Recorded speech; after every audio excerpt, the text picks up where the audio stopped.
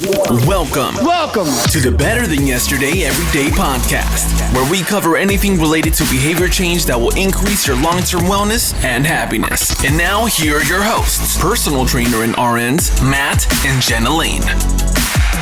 Welcome back, everybody, to the Better Than Yesterday Everyday Podcast. My name is Matt. And I'm Jenna. Casey Crabtree, if you heard that, I know you laughed with me. Welcome to this here podcast. This podcast is all about implementing behavior change for your long-term wellness and happiness. I'm really excited about today's episode because this is the first episode that we have a video version of the podcast. Hey. If you want to see this podcast, you can go on YouTube at the BTYE podcast on YouTube. Check it out. Jenna, how you feeling over there? I was the first subscriber, by the way. Actually, I think MattLaneFitness was the first subscriber, but okay. That's cheating. Not really. You made it. That's true. Well, at the top of every show, we hit you with our gratitude point. And I'm going to make you go first. Oh. Yeah, that's right. So I guess we haven't said what the title of this podcast is today, and I kind of want to make my gratitude point part of that. So I guess I should go ahead and say what it's about today. Do it. And that is what I didn't learn in nursing school. So I may be getting ahead of myself in some of the points that I want to make, but something that's recently become very important to me and a big part of my life is being stronger and learning teaching my body new movements. And I recently subscribed to a new app where I'm doing all kinds of new movements. And actually right now my arms and my legs are quite painful. The good kind of painful. It's muscle soreness. But I'm grateful that I've learned to appreciate being stronger and have new goals and pushing my body to do new things that I didn't even know I could do before, or even, watched other people do it and thought, oh, that doesn't look hard. And then you do it yourself, and it's very difficult.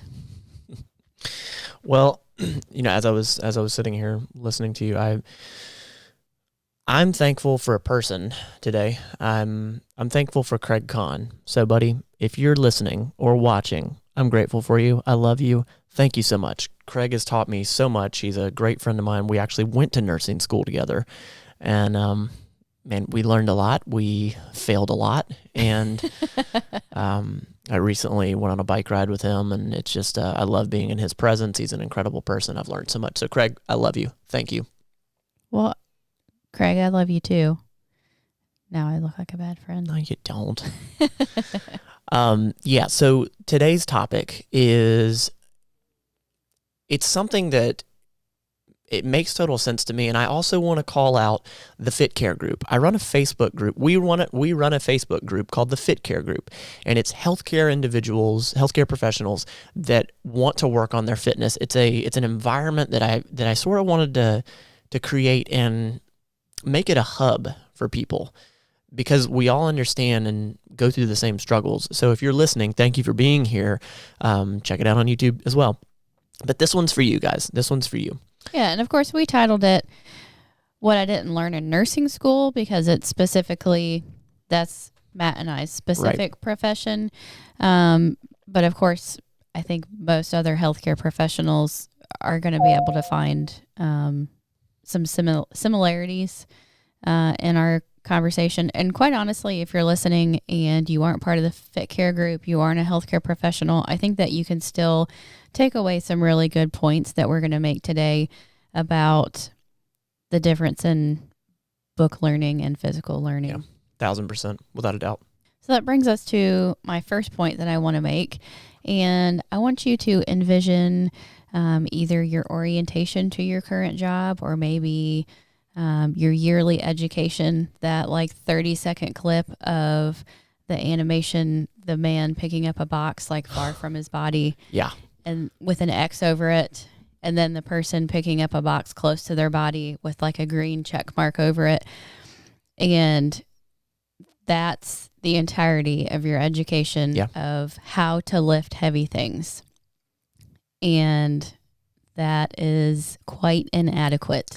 Well, I mean, the mechanics, I think for the most part, were sure. Of course, they're great. Of course, that's correct. You want to, hold something heavy close to your body, but there's, 800 extra steps to that. And, with a very physical profession, as I think most healthcare professionals, there's an element of physicality to it, whether you're a physician or a nurse or, a respiratory therapist or a phlebotomist. There's things that you must do physically to complete your job requirements. Yeah. And that 30-second clip to check off the box for OSHA education doesn't quite do it justice. Yeah. Well, not only that, but that's in a perfect scenario, right. The way they put it, that's very rarely how it actually happens. So I get what you're saying when you're coming from that angle of like, that's not how it happens most of the time. Right. I mean, a lot of workplace injuries happen in chaos or some weird, odd scenario. Yeah. And, it isn't that perfect, like this inanimate box that you're picking up. So, and I think I can speak to this personally as far as, the first year that I worked as a nurse, I was 21, so I was very able physically to do things, as far as my nursing requirements. But I spent an extraordinary amount of time at the chiropractor and having severe back pain. And I even, I don't know how to say it correctly, but my back went out several times that first year. Right. And it was because I wasn't using those body mechanics correctly. I thought I was lifting the box close to my body, but you're not just lifting boxes. You're, lifting and twisting heavy patients and doing things that are very awkward. And you need that musculature and that muscle memory to do these things correctly and not be detrimental to your own health. Well, and not only that, but, when you were 21 years old, you also weren't, strengthening your low back. You weren't stretching your low back. You weren't focused on nutrition. You weren't focused on all the things that you guys have heard us talk about that are so pivotal to recovery and like just normal activities of daily living. Right. And I think that school did a terrible job at truly expressing that. And obviously it's not the fitness community, but I guess what my point is that I truly look at it as your responsibility, because whatever entity that you work for or whatever school you went to, unless there's schools I don't know about, so by all means, let me know in the comments on YouTube or get at me on social media. But your job or your school, they don't give a crap about that. That's not their MO to strengthen you later on down the road. So it's so again pivotal for you to take this into your own hands, and you have to strengthen your back. You have to do all those things for your own longevity. Absolutely. I mean, it might seem like a selfish piece, but if you want to keep providing care, if you love what you do, you have to be safe to be able to show up and care for these patients. Yeah. So, if you have no interest at all in, being fit, or I don't give a crap about nutrition or whatever, look at it from the angle of you're not going to be able to continue to do what you love. Right.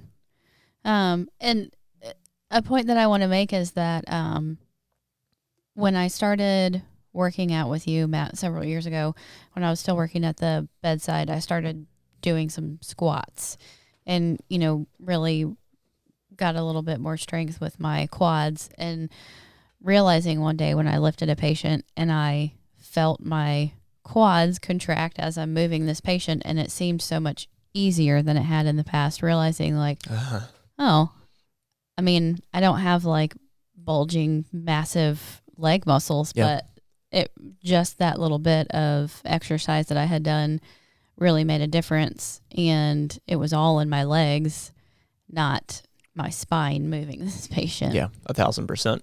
So, I mean, overall, I guess what I'm trying to say is the physicality, it was never taught. Right. Absolutely never taught. I mean, that's the big piece.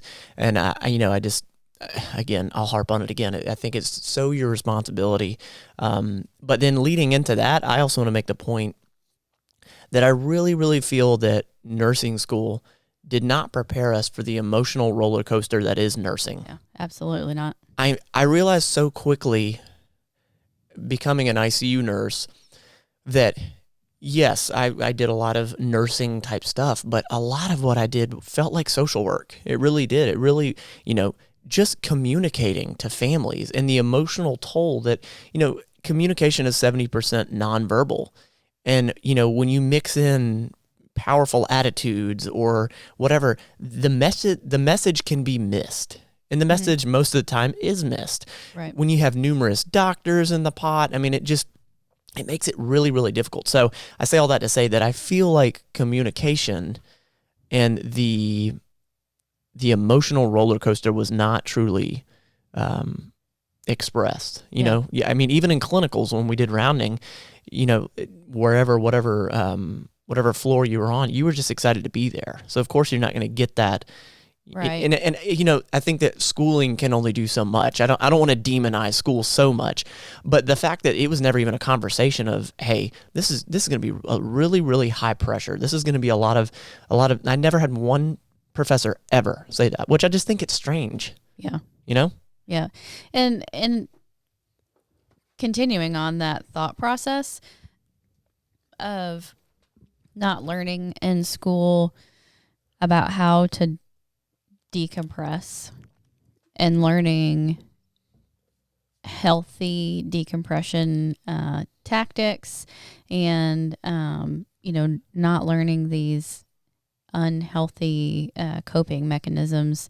And I think you can see quite often in healthcare professionals, especially in that high stress environment, that those unhealthy coping mechanisms are quite common. Yeah. And they're, they often are things that help you numb quickly, but they aren't healthy long-term for that healthcare professional. Yeah. Does that make sense? It does. And I'm talking about, okay, let's take the example of, drinking. So that's an actual way of numbing, to turn your brain off, to be able to stop the emotions or the stress from work. But those are unhealthy coping mechanisms in the long run. Well, and so we're hospice nurses. If you don't know that, we are hospice nurses, and we see people in one of the worst moments, one of the worst times of their lives.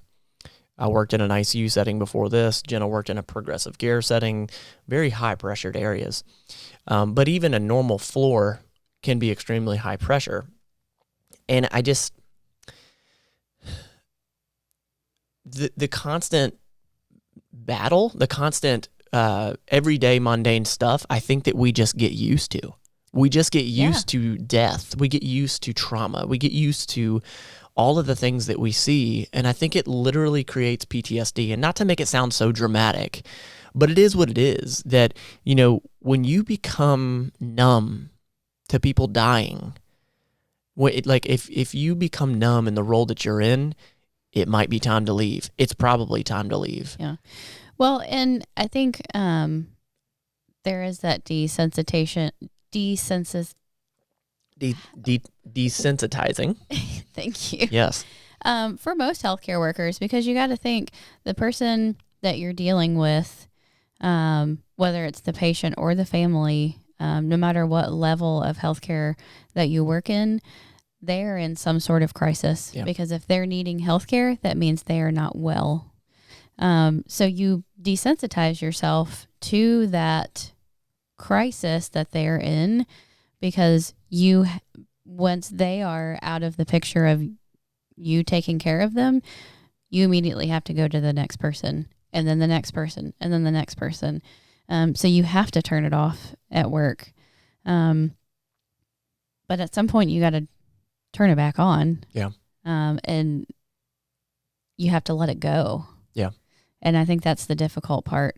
And I know I've mentioned this before, but learning how to let it go and not bring it in the house with you at night, or in the morning if you're night shift. But somehow learning your coping mechanism to be able to deal with it, talk yourself through it, and then let it go and not bring it home with you. Yeah. And that is incredibly difficult. As a new nurse, so you're talking about taking that home. As a new nurse, and oh hell, I mean, even now, I still have a tough time trying to leave it at work. Thinking about, all right, what did I miss? What did I do wrong? What could I have done better? Again, I don't want to demonize the school system. Well, and I think it's most school system. You're there to learn the book sure, knowledge.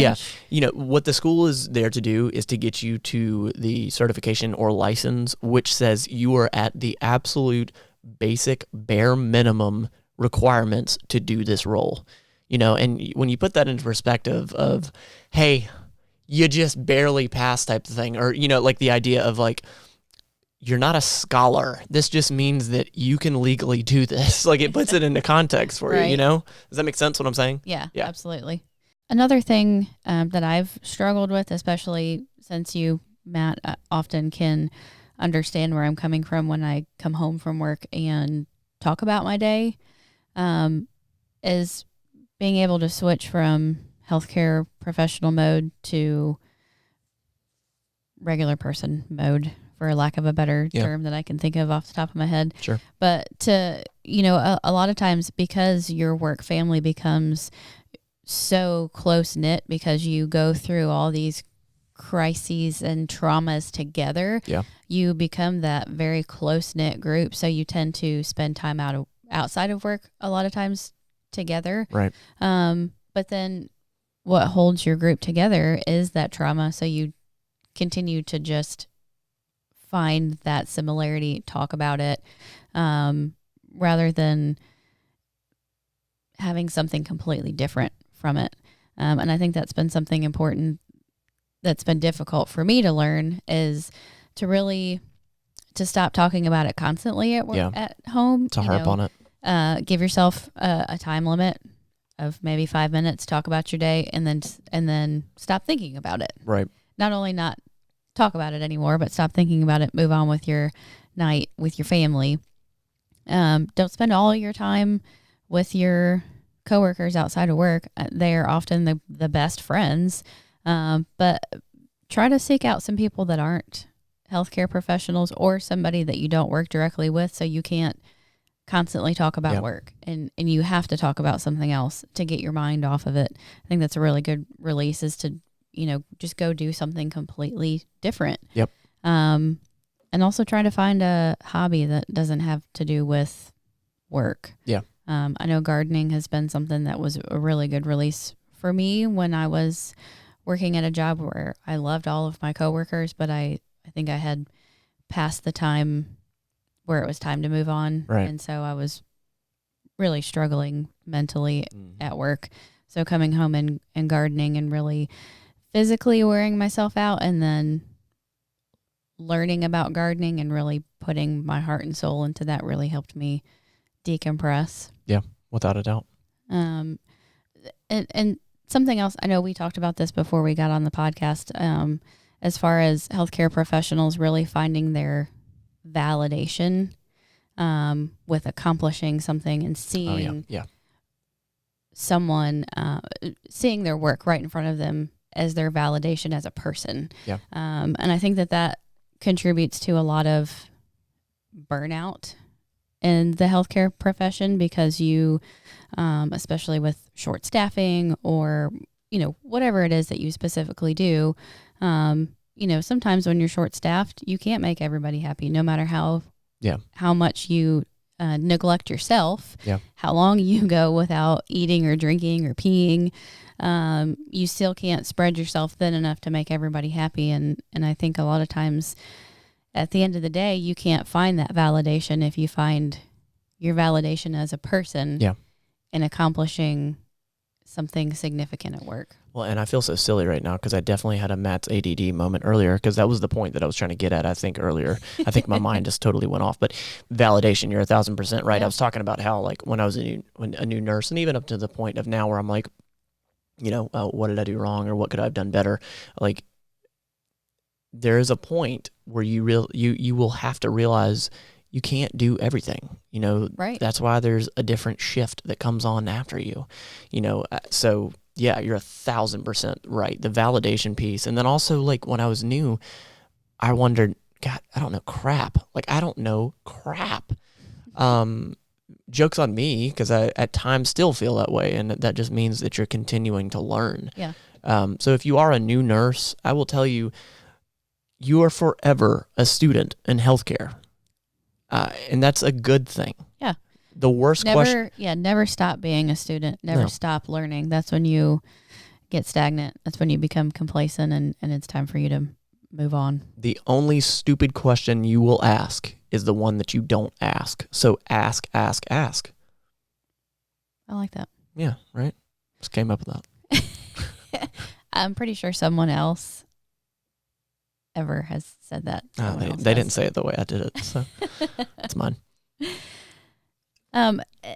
So I think with the validation piece, perfection can't provide you validation. Like, that can't be, you can't set the bar so high that you don't find your validation at work any longer.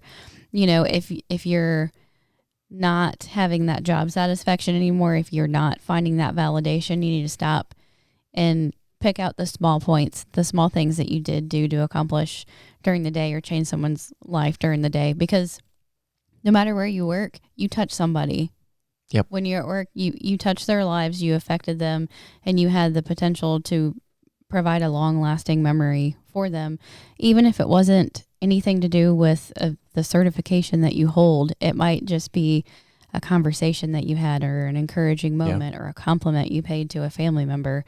That's long-lasting, and that's where you need to find your validation, not, I got everything done on my checklist today. Yeah, and you can really speak to that perfection piece, which I think you've definitely gotten better at. Yes, I've had to just to rein it back, learn to let it go, and I still struggle with that on a daily basis, because where I find my validation is in checking all of those boxes on my checklist, and I fall asleep at night thinking about that one box that didn't get checked, and I get lost in that, where I would rather just be able to work myself to death and check all those boxes so I can stop thinking about it. But you wear yourself out a lot faster doing that. So I want to speak on to that there's no way you're going to be perfect all the time. It's impossible. So you have to bring that back and realize, is the patient safe? Is the patient dying? Is it because of you? If the patient is safe, at the end of the day, you have done the utmost important job that you're supposed to do. Yeah. Okay, so the charting and the rest of it and all those other pieces, that's going to come. So don't beat yourself up over it. Yeah. Another Matt's ADD moment in nursing school, because Jenna went and got her bachelor's. Technically, she's smarter than I am.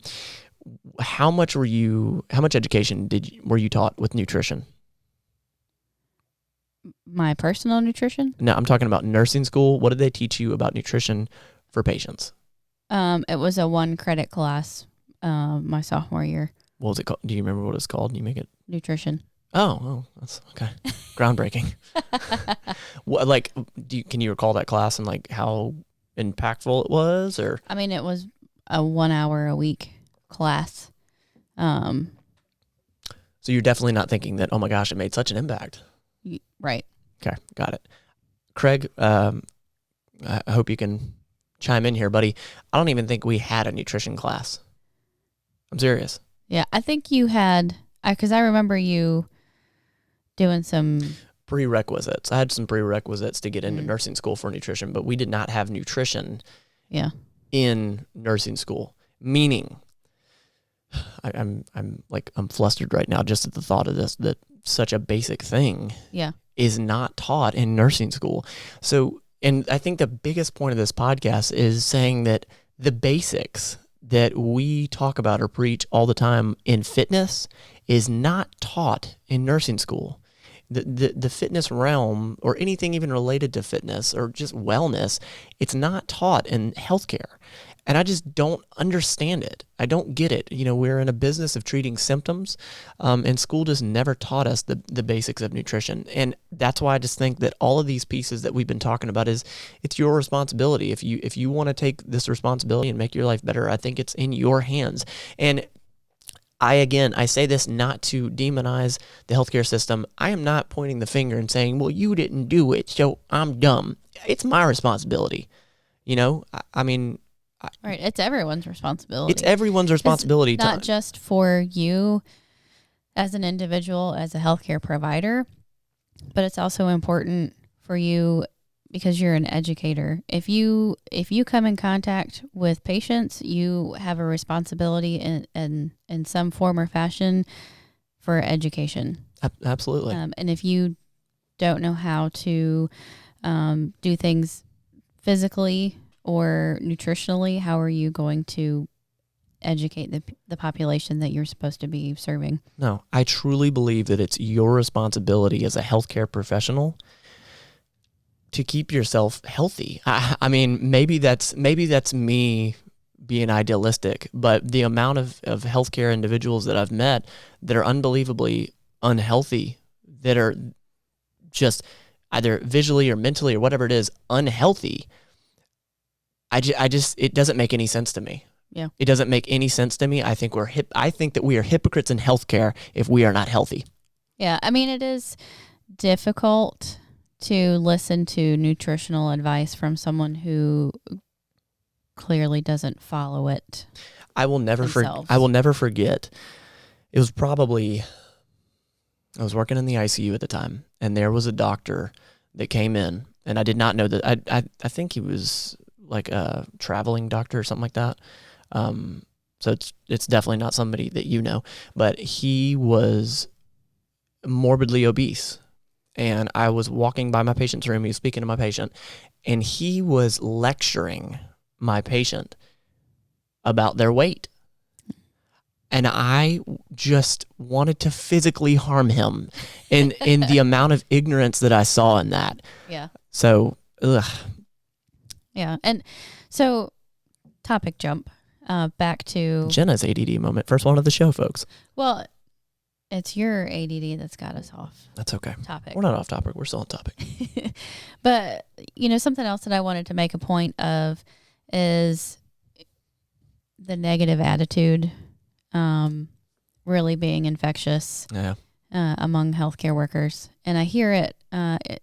So in the role that I have now, I'm in multiple hospitals. Even in the same day, I see many nurses, many nurses stations. And a commonality is complaining, just sitting there and complaining about your coworkers, about the job, about your patients, about your spouse, about your kids. It's complaining, and it's negative, and it's infectious. And first of all, if you're complaining about not having enough time to get your job done, my question often is, what could you be doing in the time that you're sitting here complaining? Yeah. And I know sometimes you need to stop and just have a mental break, but I don't think that's a healthy type of mental break, is to sit and complain for a minute. No. But then you also bring your coworkers down. You have that negative thoughts that you carry into your patients' rooms. You have those negative thoughts that you carry home with you. It's very infectious. Yeah, and we've been involved with it. Like I've been sucked into that vortex. Yeah, and we've both struggled with that because especially both being healthcare workers, we bring it home with us, and then we're negative at home. And that's a relationship killer, you know? And so that negativity you're bringing home with you, not just, the crisis that you had at work and the emotional baggage, you're also bringing the negativity home with you. So I think it's really important, just getting back to that subject of, common issues that we both see in the healthcare profession is really just that rampant negativity that's just so infectious. Yeah. And it's difficult to get away from. And I'm not really sure what the fix is, other than, it starts with one person. I think it's overwhelming. I think it's overwhelming positivity is the fix. Yeah. I think that it starts, like you just said, it starts with one person. And just like the negative starts with one person and it bleeds to everyone else, it has to start with you. So be the difference. Yeah. And I think something that I've been really thinking about, Matt, you just started with the FitCare Group on Facebook, is giving, I think it's one challenge a week. Yeah. And it's actually like positive challenges. Yeah. And it's something that I've really started doing in my own practice as someone who comes into a patient's room in a crisis as an outsider, who often the family is very much dreading me coming to see them. Sure. Is immediately breaking the ice with a compliment, or, finding a commonality with them. And it's really, you build a rapport. Yeah. And it breaks that negativity. Like even if I compliment another nurse, you're not expecting that, because most people aren't trying to compliment someone or say something nice. And I think that's important to give yourself, if you're not part of the FitCare Group, give yourself a challenge of, doing something positive or something genuine or just nice, and not even just for patients and families, but for your own coworkers. Yeah. Because as much as you feel stressed and down on yourself and overwhelmed, all your coworkers feel the same way. Yeah. So I think it's something that might take your coworker back the first time you do it. Yeah. But tell them how thankful you are that they helped you lift a patient, or that they, gave a medication while you were trying to take a lunch break. Yeah. Start that positivity cycle, stop the negativity. Yeah, exactly. I love it. Well, and before we wrap things up here, if you are a healthcare individual, if you are a healthcare professional, please look us up, the FitCare Group. Jenna and I screen if you are a healthcare individual or not, and we are more than welcome. We are more than willing to have you in. We want to make the tribe bigger. So come on down. So I think in wrapping up, sorry, I just no, it's okay. Go ahead. Interjected. No. But self-education is so important. There it is. You didn't learn everything that you need to know when you were in school. It's not possible. Exactly. So there's nothing wrong with nursing school or whatever profession you have. Yeah. But the point is, self-education is pivotal to your long-term happiness and wellness. Physical education, nutrition education, mental education. It all boils back down to fitness. Those are all the things that we covered. Yeah. And it's something that we cover in just about every episode. Yeah. It's just today just happens to be specifically to the medical profession. And I feel like we had to make it a sexy topic. Okay. So it had to look dramatic for you to click on it. So I'm glad it worked.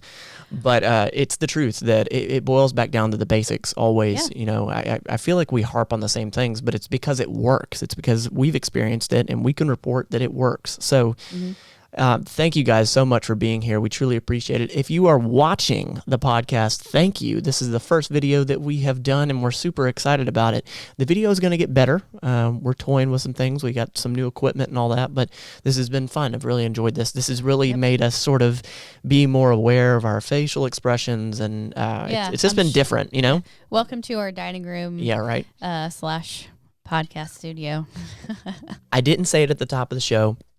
Before we go, if you leave a review on iTunes, an honest review, so if you think this podcast sucks, I want you to tell us. If you leave this review on iTunes up until October 16th of 2019 and drop me a line at MattLaneFitness@gmail.com, I'm going to send you a BTYE podcast t-shirt for free. We really, really appreciate reviews. They are the lifeblood of a podcast. So thank you guys so much. The feedback we've had on the podcast is it's truly remarkable. Yeah, those of you who have left comments, seriously. Thank you. Seriously. It's been overwhelming to even see that more than, a couple of people have downloaded and listened to the podcast. It's overwhelming. It really is. Thank you all for your feedback. And also, I want to say, if you have a Better Than Yesterday Everyday t-shirt, please send me a photo of it, and I will repost it on social media. I really appreciate it. This was a good one. This one, this was so cool in implementing the video element. I'm going to stop rambling. Jenna, you got any more things to say before we hang this bad boy up? I think that's it. Guys, we will talk to you next week. Thank you so much for being here. This has been the Better Than Yesterday Everyday Podcast. We want to thank you for listening and invite you to subscribe to the show as well. And follow Matt Lane Fitness on YouTube. Until next time, you don't have to be perfect. Just be better than yesterday every day.